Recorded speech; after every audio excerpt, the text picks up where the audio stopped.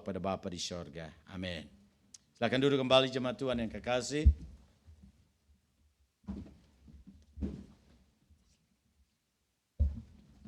Shalom.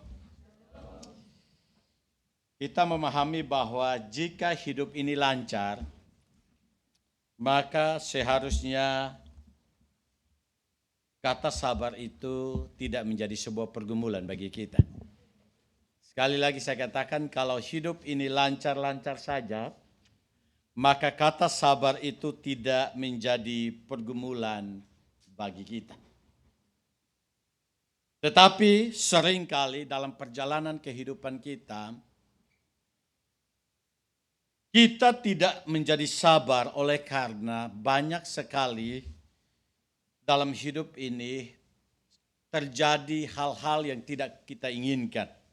Contohnya ketika hak-hak kita dilewati atau hak-hak kita dipotong dan lain sebagainya, maka mau tidak mau kita bergumul dengan namanya kata sabar ini sendiri.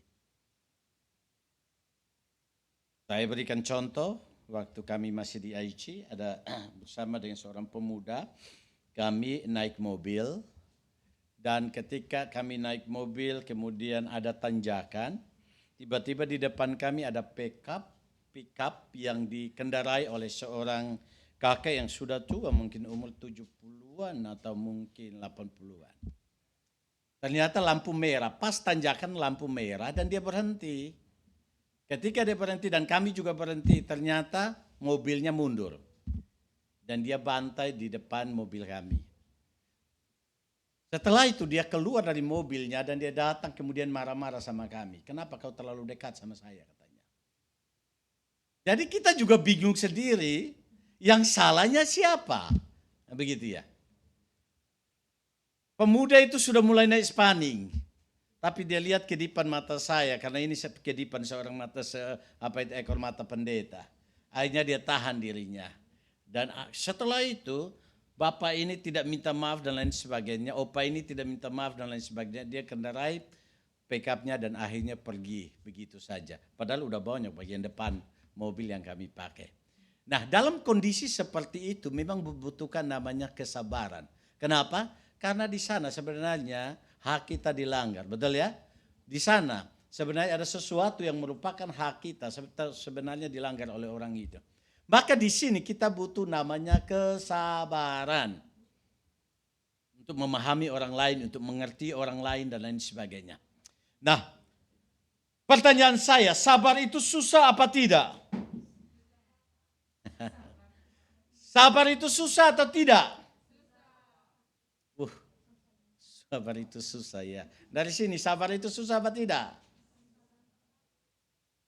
Susah-susah gampang. Kalau susah-susah gampang dilihat gampangnya, jangan dilihat susahnya. Tapi ada yang katakan, Pak, sabar itu kan menjengkelkan, Pak. Betul ya? Pak, sabar itu membuat hati ini perih. Kemudian saya katakan, tapi hati-hati.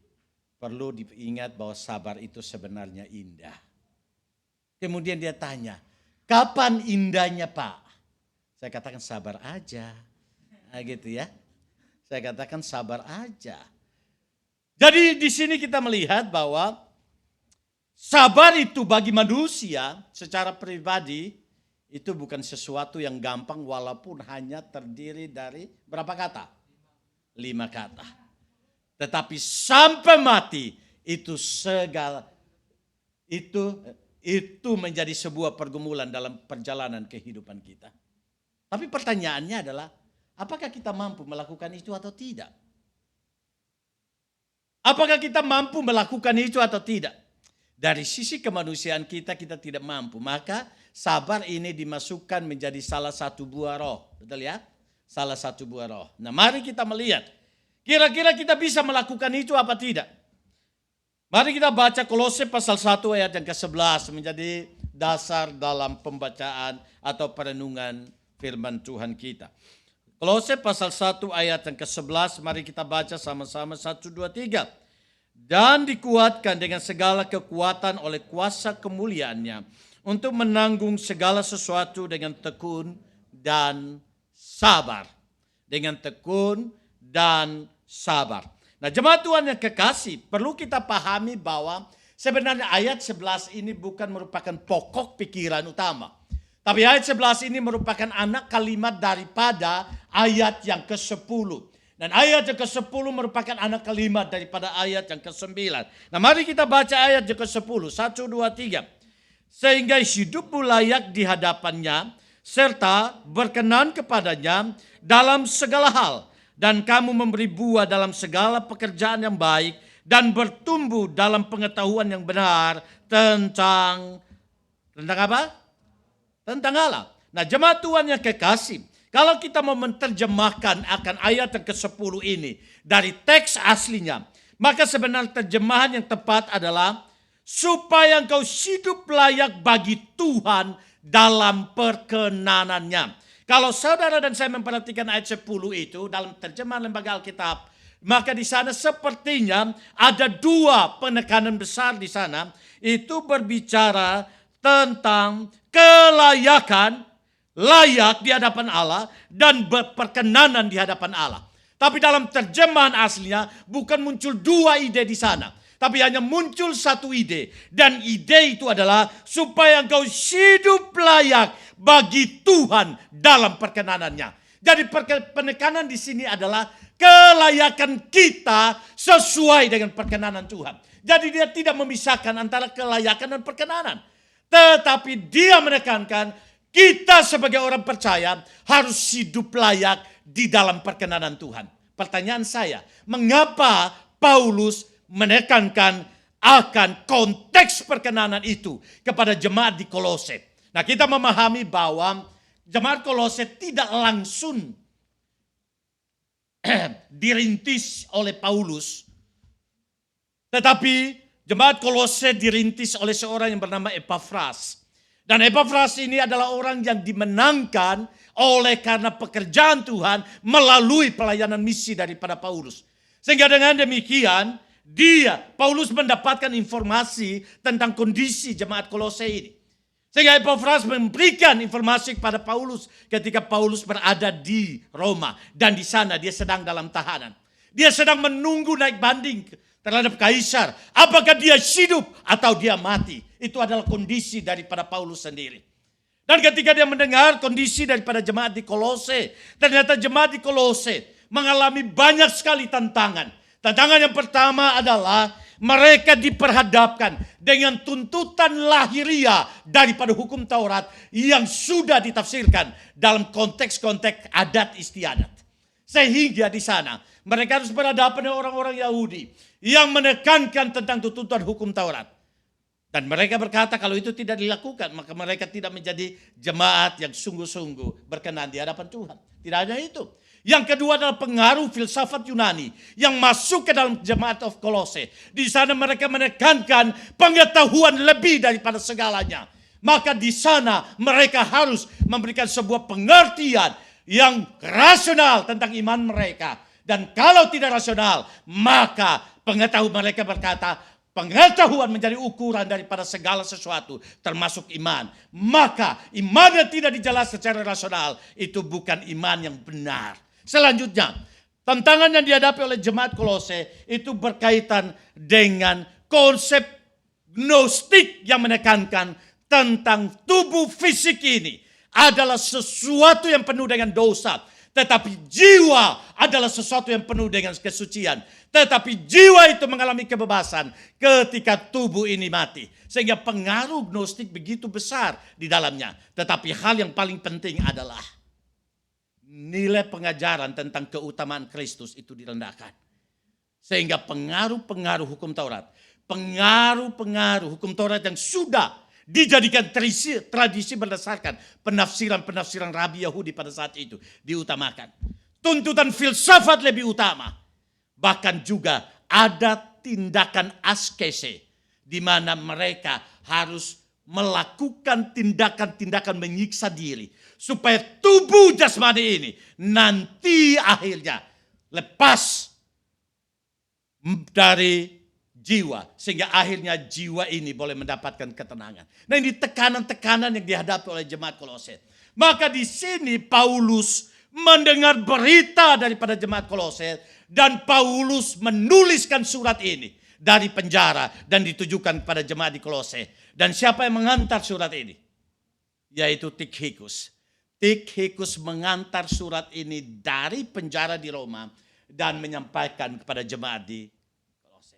Dan dalam teks ini kita akan melihat hidup yang layak dalam perkenanan Allah itu seperti apa yang ditekankan Paulus kepada jemaat di Kolose, supaya mereka tetap menempatkan Kristus sebagai pribadi yang unggul dalam kepercayaan mereka. Tetapi di dalamnya orang yang percaya kepada Tuhan mewujudkan satu kehidupan yang layak dalam perkenanan Allah. Dan kehidupan itulah yang menjadi sebuah contoh bahwa mereka adalah orang Kristen yang sejati, yang memiliki pengajaran yang benar.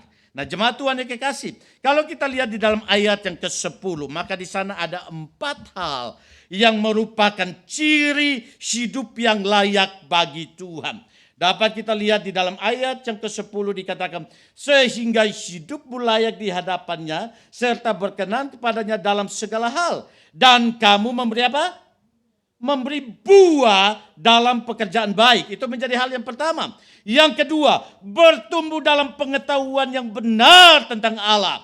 Itu yang kedua. Yang ketiga, dan dikuatkan dengan segala apa?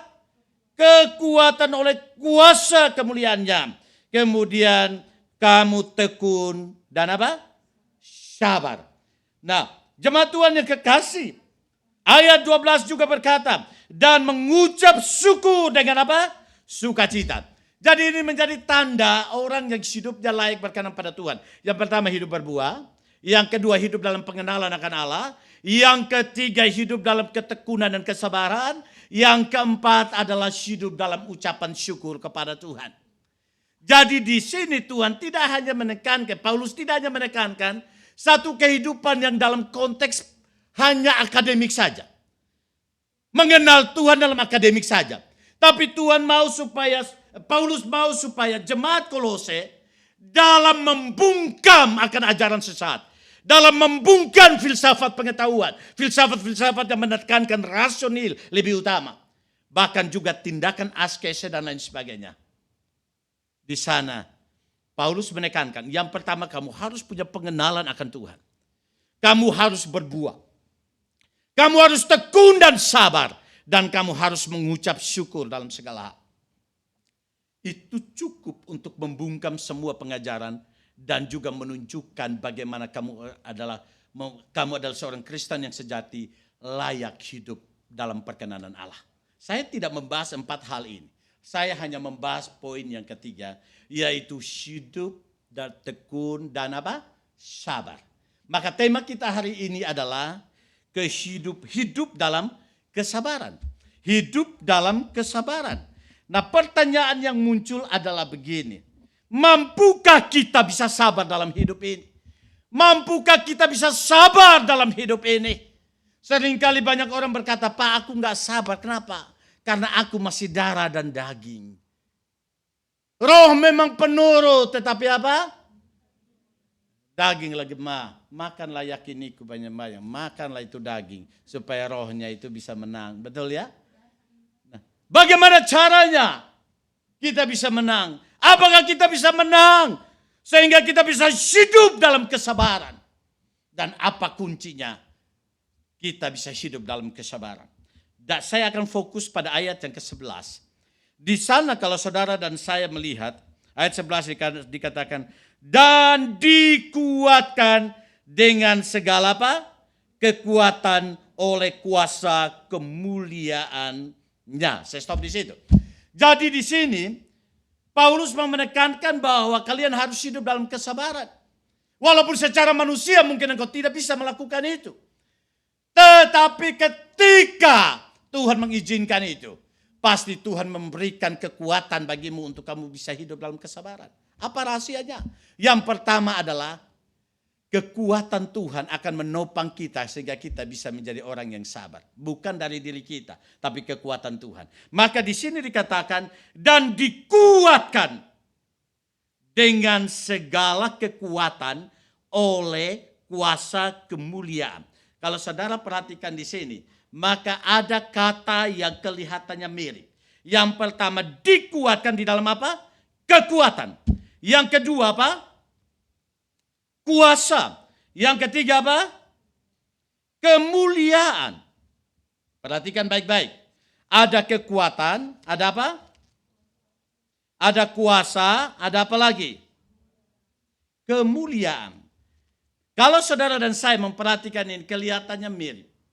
Dan ini dalam bahasa aslinya kelihatannya mirip. Kata kekuatan di sana adalah kata yang dipakai adalah dunameo. Kata dunameo itu bicara tentang satu kuasa yang tidak terbatas.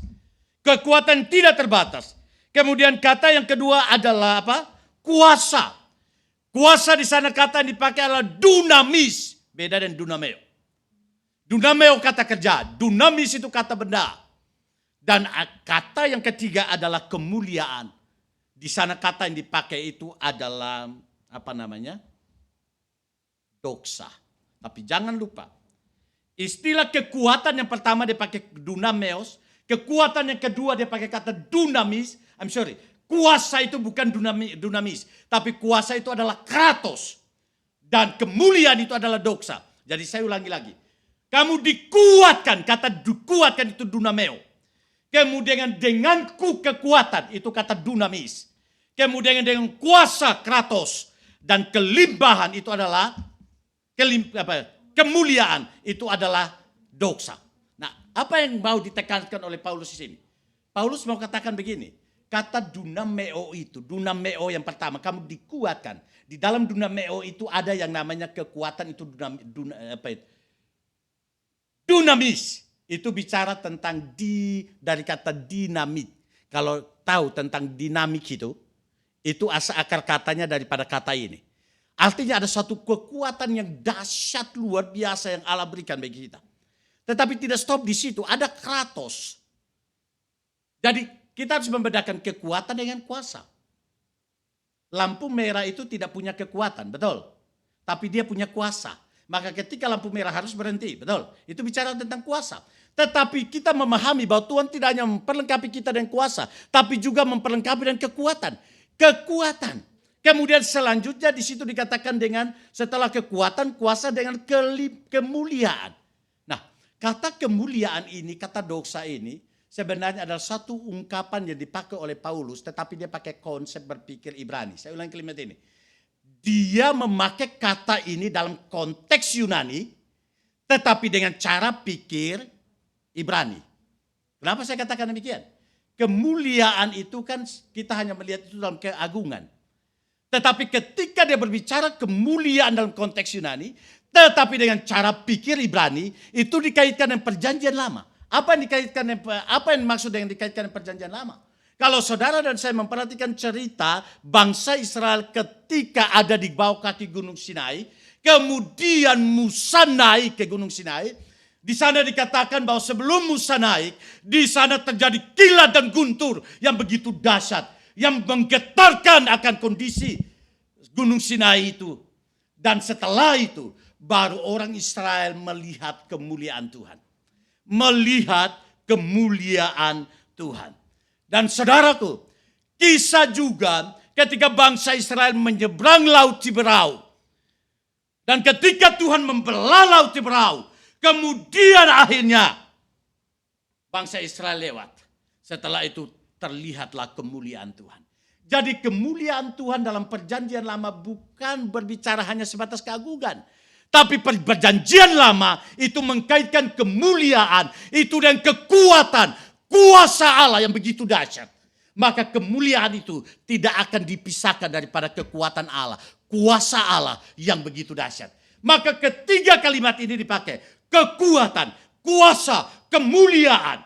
Dan semuanya bersumber daripada Allah. Dan Allah mengkaitkan itu dengan diri kita. Mari kita lihat ini baik-baik. Kesabaran di sini bukan berbicara kepada bersumber daripada saya. Tapi kesabaran itu bersumber kepada Allah. Karena di sana Allah memberikan kekuatan bagi kita. Dan di dalam dunameo itu ada dinamik, ada kratos, dan ada yang namanya doksa. Di dalamnya adalah kekuatan Allah yang begitu hebat. Yang dia berikan bagi kita. Maka dengan kekuatan itulah kita bisa sabar dalam hidup ini. Biasanya ketika berbicara tentang sabar, maka hanya ada dua relasi yang ada di sana. Relasi diri saya, relasi dengan sesama. Betul ya? Tetapi kita memahami, kenapa kita tidak bisa sabar terhadap orang lain? Kenapa kita tidak bisa sabar terhadap orang lain? Lupa, orang itu menjengkelkan, Pak. Orang itu menyebalkan, Pak. Kenapa? Karena kita memahami bahwa kita tidak sabar oleh karena yang pertama dalam hubungan kita dengan diri kita adalah kita tidak aman. Betul ya? Tidak merasa aman. Karena ada sesuatu yang salah di sana. Yang kedua, tapi ingat ya, sesuatu yang salah itu dalam pandangan kita. Tapi yang kedua adalah ketika kita kaitkan dengan orang lain, maka orang itu adalah orang yang sepertinya tidak sesuai dengan kriteria kita. Maka di sanalah orang itu kita tidak sabar terhadap dia. Tetapi mari kita lihat baik-baik. Ketika kalau kita berhenti dalam relasi saya dengan dia, dia dengan saya, maka kita tidak punya kemampuan untuk bisa mengalahkan diri di sana. Tetapi ingat baik-baik, Paulus berbicara kesabaran itu bukan bersumber dari kita, tapi dia mulai daripada Allah sendiri. Dan Paulus tahu, sabar bukan hal yang gampang. Maka Paulus mulai daripada Allah sendiri. Dan dia melihat orang yang sabar pasti mendapatkan kekuatan daripada Allah. Kenapa? Karena ada yang namanya dunamis di sana. Ada yang namanya kratos di sana. Dan ada yang namanya doxa di sana. Itulah yang melingkupi kita, yang menjadikan kita bisa sabar. Dan kita memahami itu bukan bersumber dari kita, tapi itu bersumber daripada Roh Kudus. Karena kesabaran adalah salah satu buah roh, yaitu di dalam Galatia 5 ayat 22 dan 23. Pertanyaan saya, dengan 3 kata yang saya jelaskan tadi, kira-kira kita mampu nggak bisa menjadi orang sabar? Idealisnya, seharusnya bisa apa tidak? Seharusnya bisa apa tidak? Bisa tidak sabar? Ya? Bisa sabar. Kenapa? Karena kekuatan itu bukan ada pada kita. Bukan ada pada kita. Tetapi ada daripada Tuhan sendiri. Ini menjadi jaminan pertama. Kenapa seharusnya kita bisa sabar? Seharusnya hidup kita harus menjadi orang yang sabar. Kenapa? Karena ada kekuatan Allah yang diletakkan dalam kehidupan kita. Tapi hal yang kedua yang menjamin kita bisa menjadi orang sabar. Kita lihat ayat yang ke-11 lagi. Di sana dikatakan dan dikuatkan dengan segala kekuatan oleh kuasa kemuliaannya untuk menanggung segala sesuatu. Jadi hal yang kedua adalah seharusnya kita bisa hidup dalam kesabaran karena ada kekuatan Allah. Tetapi mari kita melihat hal yang kedua adalah kenapa kita bisa sabar? Karena kalimat di situ dikatakan segala apa? Segala kekuatan. Dengan segala kekuatan oleh kuasa kemuliaannya. Segala kekuatan. Jadi di sini kita memahami bahwa Tuhan tidak pernah memberikan kekuatan setengah-setengah buat kita.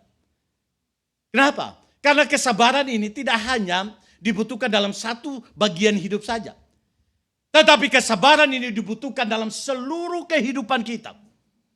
Maka kata segala di sana, kalau saudara dan saya melihat dalam teks aslinya, inti daripada kata segala itu ada 2 hal di sana. Yang pertama adalah segala itu berbicara tentang kelimpahan. Tapi yang kedua, segala itu berbicara tentang terus-menerus. Saya ulangi kalimat ini. Kata segala di sana itu berbicara tentang hal yang pertama itu adalah kelimpahan.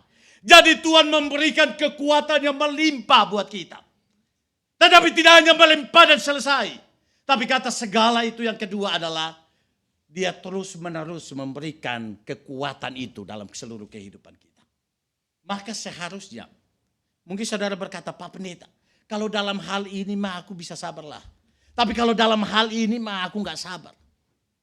Ada yang berkata begini, Pak Pendeta, kalau orang jauh yang menyakiti saya bisa sabar dan mengampuni.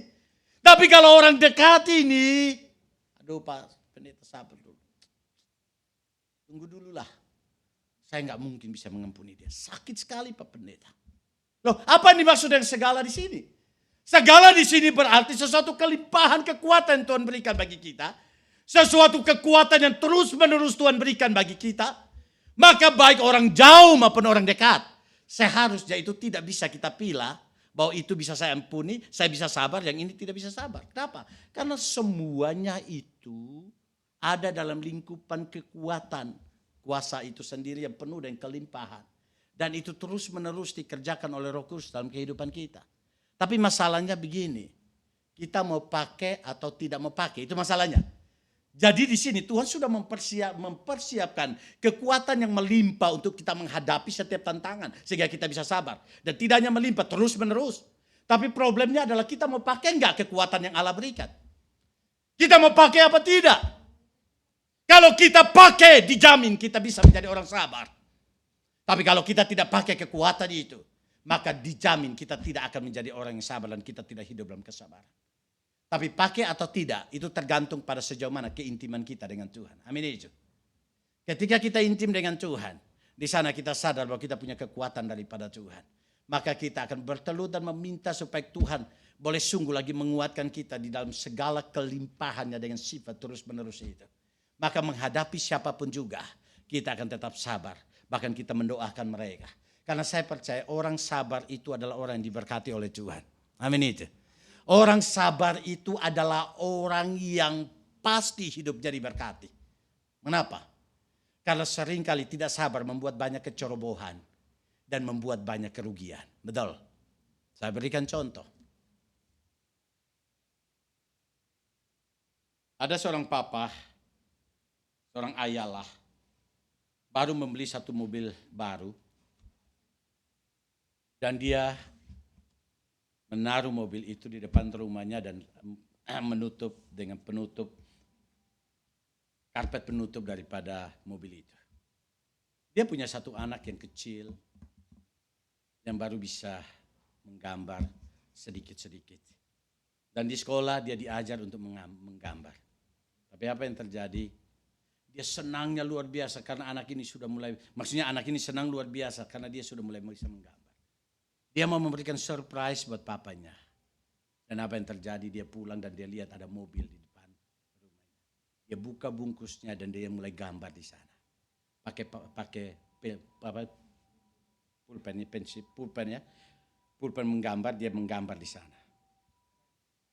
Apa krayonnya? Kira-kira bukan krayon tapi dia pakai benda yang keras. Sehingga akhirnya dia mencoret di sana. Dan apa yang terjadi? Dia selesai menggambar semuanya. Dia menutup kembali karpet tersebut.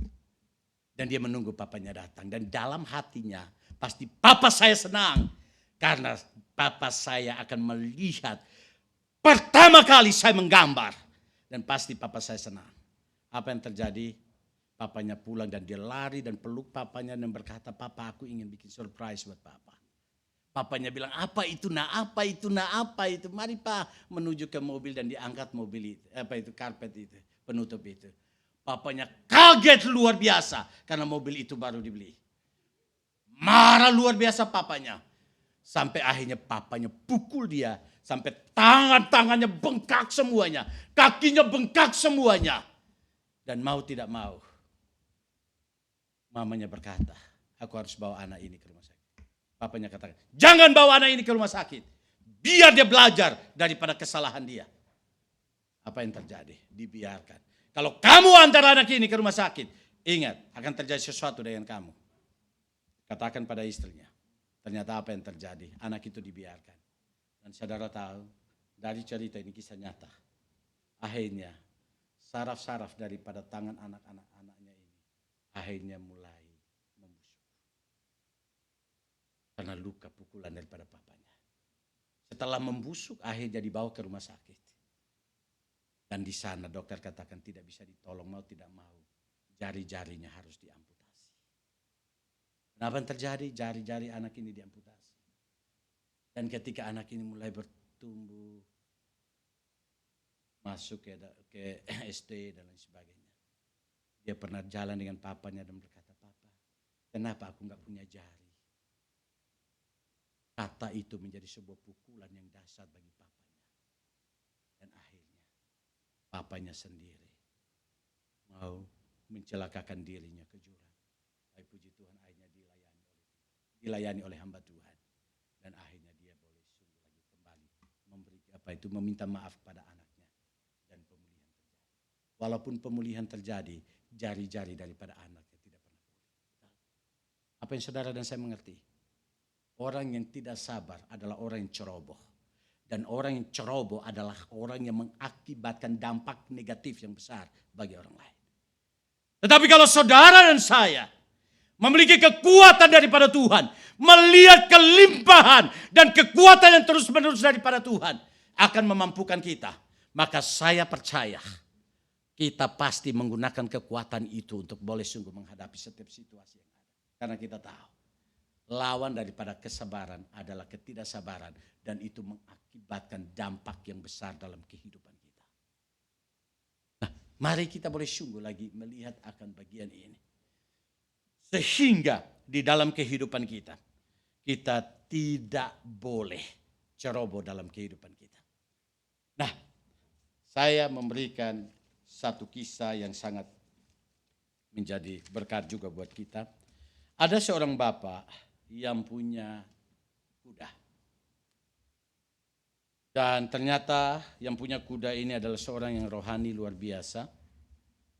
Dan dia mengajarkan kuda bagaimana berlarinya dan bagaimana berhentinya. Akhirnya dia katakan pada kuda, kalau aku katakan puji Tuhan, kamu lari ya. Semakin saya bilang puji Tuhan, kamu harus semakin kencang ya. Tetapi ketika saya bilang amin, saya bilang amin, maka kamu harus berhenti. Apa yang terjadi? Ya, naiklah kuda ini. Dan dia katakan puji Tuhan, kuda ini lari. Puji Tuhan, lari semakin kencang. Dia nggak sabar, dia katakan puji Tuhan, puji Tuhan, puji Tuhan. Akhirnya kudanya cepat sekali larinya. Udah kencang sekali, dia tetap bilang puji Tuhan. Dan apa yang terjadi? Tiba-tiba dia kaget, ternyata sudah mau dekat jurang. Kemudian dia bilang amin. Berhenti kuda ini. Tetapi apa? Karena dia ceroboh. Dan mungkin jadi latah. Ketika kuda ini berhenti, dia bilang amin. Langsung dibilang puji Tuhan. Apa yang terjadi? Ini orang ceroboh, orang yang tidak sabar. Untuk apa kencang-kencang gitu ya. Latihanlah perlahan-lahan. Tapi kita melihat kalau orang yang tidak sabar, dia tidak sabar bagaimana lihatnya kencang kuda ini dan bagaimana apa itu kunci-kunci yang dia kasih buat kuda ini ditahan apa enggak. Tapi ujungnya ceroboh dan akhirnya apa? Puji Tuhan. Kudanya jatuh ke dalam jurang dan dia mati di sana. Artinya apa? Karena kadang-kadang kita tidak sabar, maka membuat kita ceroboh dan kita mencelakakan diri kita dan bisa mencelakakan orang lain. Contoh yang pertama dan contoh yang kedua. Jadi mari kita boleh belajar. Ingat bahwa seharusnya kita mampu untuk bisa menjadi orang sabar. Hanya masalahnya kemampuan itu tidak ada pada kita, tapi kemampuan itu ada pada Tuhan sendiri. Maukah kita bergantung sama Dia? Dan di dalam Dia mengaruniakan kekuatan bagi kita untuk boleh menjadi orang yang sabar. Yang terakhir. Dalam ayat yang ke-11 itu dikatakan, dan dikuatkan dengan segala kekuatan oleh kuasa kemuliaannya untuk menanggung segala sesuatu. Dengan apa? Tekun dan sabar. Pertanyaan saya bagian yang ketiga ini saya ingin menjelaskan tentang tekun dan sabar. Apa yang saudara mengerti? Apa yang saudara bisa bedakan antara tekun dan sabar? Apakah sama apa tidak? Beda. Apa bedanya? Ya banyak yang gitu PA, mari kita PA juga lah. Apa bedanya tekun dan sabar? Kita memahami bahwa tekun itu dikaitkan dengan apa? Apa? Apa? Putus cinta. Kata kerja. Tekun itu berkaitan dengan situasi atau keadaan. Sedangkan sabar itu lebih dikaitkan dengan relasi dengan orang lain. Perhatikan ini baik-baik. Sabar itu dalam kaitan dengan orang lain, ketekunan itu dikaitkan dengan situasi yang terjadi. Dalam dua hal ini, tidak akan pernah lepas dari kehidupan kita. Ada situasi-situasi yang membuat kita tidak sabar. Contohnya ketika mengendarai mobil. Ketika lampu merahnya lama sekali. Kita mulai bilang, kenapa sih lampu merahnya itu kok lama sekali? Padahal sebenarnya ukurannya sama, 2 menit. Tapi karena kita tidak sabar terhadap situasi itu, kita bilang lama sekali. Kita mulai marah-marah, termasuk saya yang banyak dosa di sana. Maka ada seorang majelis berkata, kejatuhan hamba Tuhan itu salah satunya adalah lalu lintas. Karena udah kejar pelayanan, kadang-kadang lalu lintasnya diserobotnya. Padahal sebenarnya itu bukti ketidaksabaran hamba Tuhan ini. Termasuk saya, bertobatlah saya ini. Ya, jadi ini keadaan, ketekunan itu berkaitan dengan keadaan. Tetapi kesabaran itu berkaitan dengan relasi dengan orang lain. Saya secara manusia pun adalah kadang ketidaksabaran itu muncul. Kadang paling tinggi oleh karena mungkin dalam berrelasi dan sesama. Tidak di sini, tempat lain itu ada. Maka otomatis kita menghadapi 2 situasi ini. Tetapi di sana dikatakan kekuatan yang tadi kita bahas poin pertama. Itu menyangkut kepada ketekunan dan juga kesabaran. Jadi dengan demikian kita tidak bisa katakan, Pak, kalau hubungan dengan orang lain mungkin saya bisa. Tetapi kalau dalam situasi yang lain saya tidak bisa. Tidak. Kekuatan dunameo itu menyangkut di dalamnya adalah ketekunan terhadap situasi dan juga kesabaran terhadap orang lain. Mungkin saudara berkata, kalau menghadapi situasi ini saya bisa. Tetapi menghadapi orang ini saya tidak bisa. Tidak. Kekuatan yang kita belajar tadi, untuk kekuatan menjadi orang yang sabar, itu berlaku bagi situasi, tapi juga berlaku bagi orang. Maka tidak ada dalil bagi kita berkata, aku tidak bisa menjadi orang yang sabar. Kenapa? Karena Tuhan sudah menyediakan semuanya. Baik di dalam situasi, baik pun dalam menghadapi orang lain. Jadi keadaan apapun tidak boleh menjadi alasan untuk kita berkata aku tidak sabar. Orang model apapun tidak boleh menjadi alasan untuk kita berkata aku tidak sabar terhadap dia. Kenapa?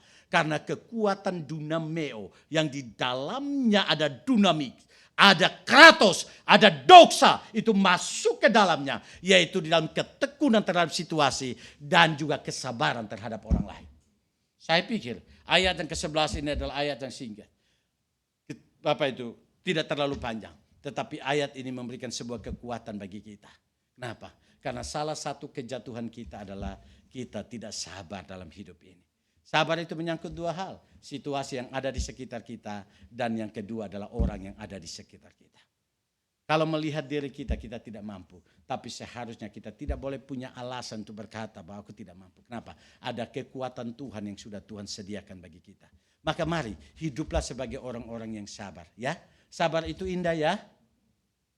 Ya, kenapa? Karena kita mendapatkan kekuatan daripada Tuhan. Orang sabar itu buktinya dia mendapatkan kekuatan daripada Tuhan. Orang sabar itu bukan orang yang ceroboh. Dan orang yang sabar itu dia bisa mengatasi segala situasi. Baik keadaan maupun orang yang ada di sekitarnya. Maka dia menjadi orang yang hebat. Maka disinilah Paulus mau meletakkan satu dasar. Kalau engkau hidup layak dan berkenan pada Allah. Maka salah satu kuncinya adalah engkau adalah orang yang sabar. Kalau engkau bukan orang yang sabar, mari ditinjau kembali apakah engkau hidup layak berkenan pada Tuhan. Karena salah satu kuncinya adalah hidup dalam kesabaran. Tetapi ketika Tuhan memberikan perintah ini bukan berarti Tuhan tidak memperlengkapi kita. Dia sudah memperlengkapi kita dengan dunameo-nya. Dengan dunamisnya. Dengan kratosnya. Dengan doksanya. Maka itulah yang menjadi kekuatan bagi kita dalam segala situasi. Dan dia kasih itu dengan limpahnya. Dia kasih itu terus menerus. Dan dia kaitkan itu dengan segala situasi. Dan juga dalam relasi kita dengan sesama kita. Sehingga hidup kita boleh menjadi berkat bagi banyak orang. Harapan saya, jemaat GE3 Osaka adalah jemaat yang apa? Yang apa? Yang sabar. Ya. Jadi tepuk samping kiri kanan katakan, kamu orang sabar. Kamu orang sabar. Tapi katakan lagi kepadanya, bukan karena kamu tapi karena Tuhan. Amin itu ya. Amin. Kalau begitu saya tepuk saya juga, kau orang sabar. Bukan karena saya tapi karena Tuhan. Amin itu ya. Istri saya di depan nanti dia menjadi saksi saya orang sabar apa enggak. Tapi kesaksiannya pasti saya orang sabar karena dia sayang saya. Walaupun banyak cerobohnya saya. Gitu ya. Nah jemaat Tuhan, mari kita menjadi orang sabar. Karena itu salah satu ciri hidup yang layak dan berkenan di hadapan Tuhan. Mari kita tunduk kepala dan kita berdoa.